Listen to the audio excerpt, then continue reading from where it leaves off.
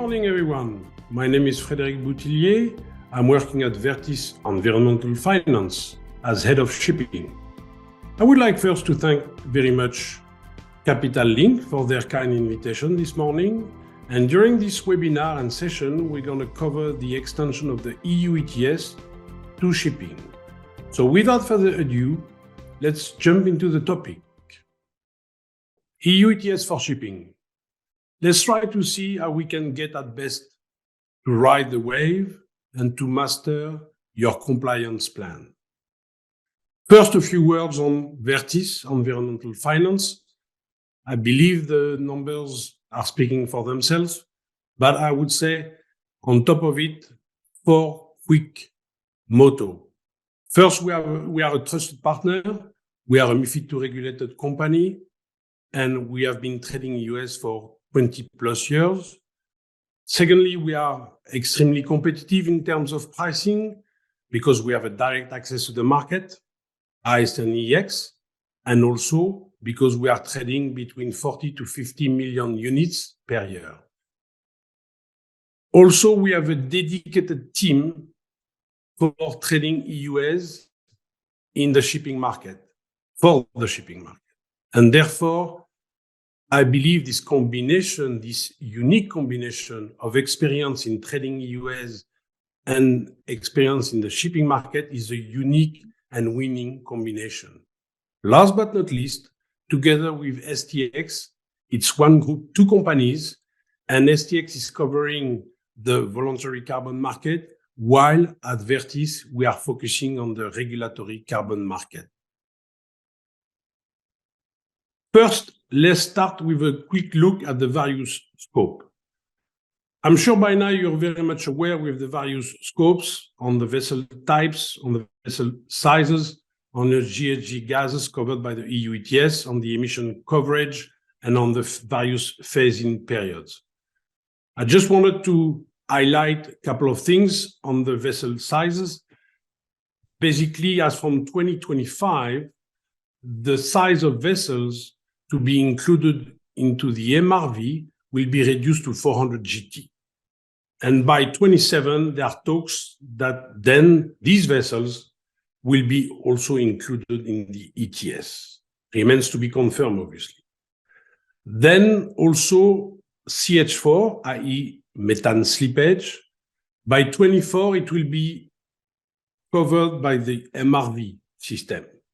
And then by 2026, it will be directly included into the EU ETS. Therefore, that's something that should be closely monitored by the concerned owners. Now, obviously, like every rules, there are exceptions. And I would like to, through that particular slide, cover a few of them. Obviously, you have the outermost regions, the small islands, the public service, the ice-class ships, and finally, the port of call. It is clear that this last exemption is something that we are eagerly waiting for because the list will be published before the 31st of December, and it will be a selection of non-EU transshipment ports within 300 nautical miles of EU, which actually will be included in EU ETS port as from the January 2024. After we reviewed quickly the various scopes of the EU ETS extension to shipping, I would like to show you an important slide, which is the EUA price evolution between 2021 to 2023. Basically, as you can see, it's not a straight line. And it's very important to keep in mind that there is a huge volatility in price, although the direction is moving up. Again, I would like to remind to the stakeholders, ship owners, charterers, whoever will buy EUAs to comply, that they will have to buy 1 EUA for each ton of CO2 emitted when they are trading in Europe.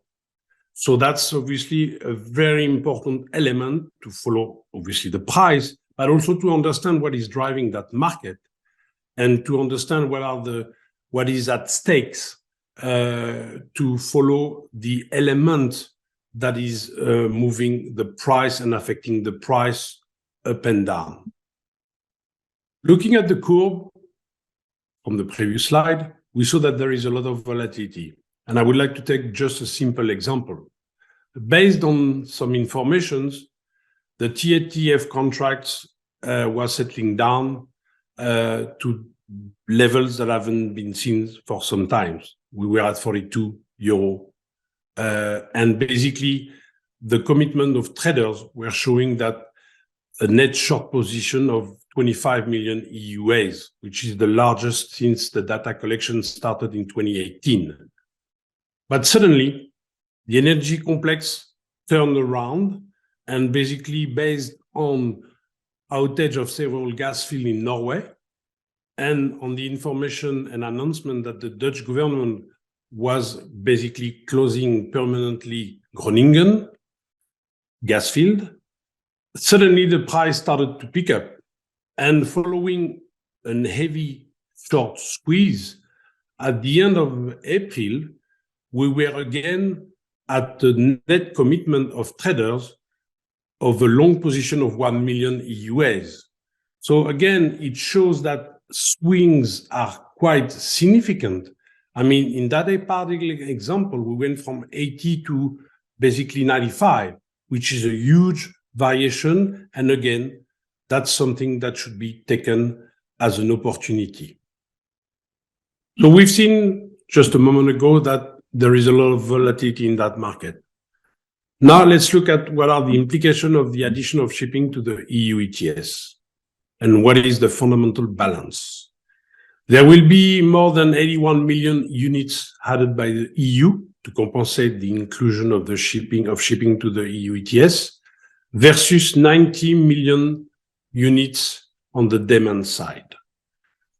However, as you all know, there is a phase-in period in 24, 40%, 25, 70%, and 26, 100%. That means that actually it looks that the fundamental balance for shipping is bearish. Nevertheless, you can't look at EU ETS fundamental balance without having the holistical view of the balance overall, i.e. shipping, industry, aviation. And when you look at the next slide, clearly this timeline is showing that the market is structurally bullish. Obviously, there are some elements like the gradual phase out of the aviation free allocation, the one-off rebasing, the increase of linear reduction factor to 4.3 and then 4.4%, which are basically putting pressure on the price. And again, over the next 6, 7, 8 years, the price is likely to go up. Actually, that's where the EU is willing to put the price and to push forward the price to reach the abatement cost so that ship owner will have no alternative but to move towards more energy efficiency solutions. So as we have seen in the previous slide, the market is structurally bullish. And actually it can be easily illustrated in the EU forward curve, which, as you can see, is in a steep contango.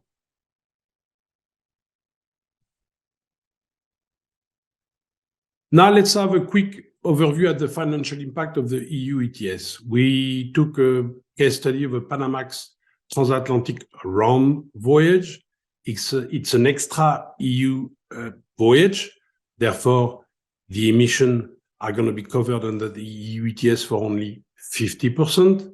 And as you can see, on a simple voyage like that, the CO2 emission under the EU ETS is equivalent to 1,590 tons. That means that for this particular voyage, the owner, the charterers, will have to buy the equivalent amount of units of EUAs to compensate the particular emission of that voyage.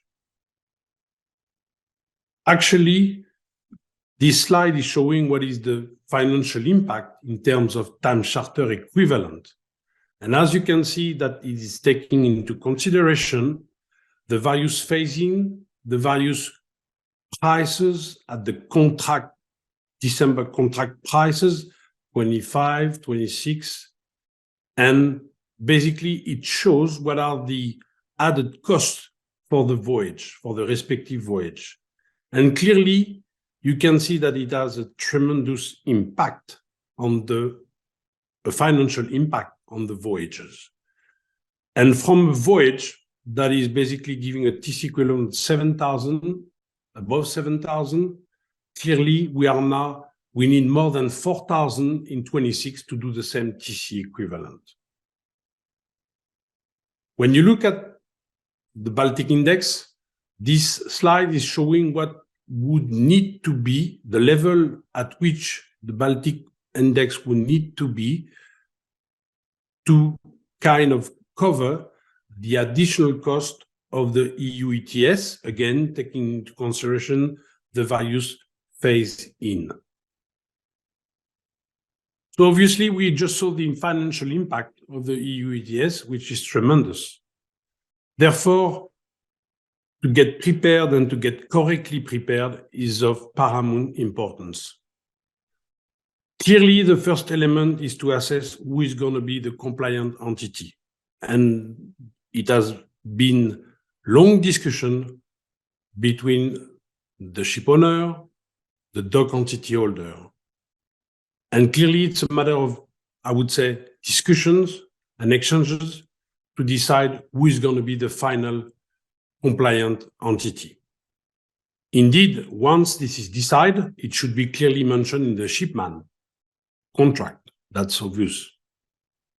Then, obviously, the compliant entity should open a GHG account in the Union Registry to be able to trade EUAs, eventually on board with Vertis, and then buying EUAs, following strategies that I will cover in a minute, and then finally surrender the EUAs by latest September 25. It is clear that another topic that has generated a lot of discussion is who should be responsible financially for the payment of EUAs. Clearly, the owner is the entity responsible for surrendering and to be compliant. Nevertheless, the financial burden should also be shared by the charterers, and therefore, there should be a commercial discussion between the owner and the charterers to assess who will ultimately bear that financial exposure. So as I was mentioning before, it's now the stage at which the owner of the charterers will buy the EUAs. And there are various trading, purchasing strategies. The first one is based on the volume, obviously based on the previous year MRV. You know what is your volume, your exposure, and therefore you could take that volume divided by 12 and say, I'm going to buy that volume monthly to spread the risk. The second strategy is based on the pricing, and here the whole purpose is to try to optimize your entry point. We have been trading in the EUAs, for the last 20 years plus. And therefore, we have developed trading tools like price corridor, market seasonality, Monte Carlo simulation that are clearly helping you to make the right decision to optimize your entry point. We are also obviously using the classic tools of fundamental analysis and technical analysis. And at the same time, we are closely following the EU policies and their evolutions. The third trading strategy is basically the timing. And that's probably one of the most important. That timing of purchase the EUA is actually based on the cost pass-through element. And that's very important because obviously for the owner, the target is to try to avoid generating any financial exposure. Therefore, the idea would be to have the cost of the EUAs passed to the charterers at the same time that they are purchased actually. For example, in the freight, in a voyage charter, the cost of EUAs for the corresponding voyage could be added to the freight element and passed on to the charterers at the same time. So clearly, again, the target here is to avoid generating a financial exposure for the owner. So that was in a nutshell what we could say about the implementation of the EU ETS to shipping. During that session, we covered the scopes, we covered the price and the volatility of the EUAs market. We also covered the compliance strategy, how to get organized, the financial implication of the EU ETS on the shipping, and obviously when you should start to get prepared for your compliance and in order to properly tackle the forthcoming extension of the EU ETS to shipping. So thank you very much for joining this webinar. I hope it was interesting and insightful for you. Obviously, it's always challenging to summarize in 20 minutes or so the extension of the EU ETS to shipping. But again, I would like to suggest to reach out if you have any further queries, interrogation, because we would very much be interested and appreciative to support you in your challenges ahead when it comes to EU ETS. Again, thank you very much for your attention, and I hope to see you soon. Thank you very much. Goodbye.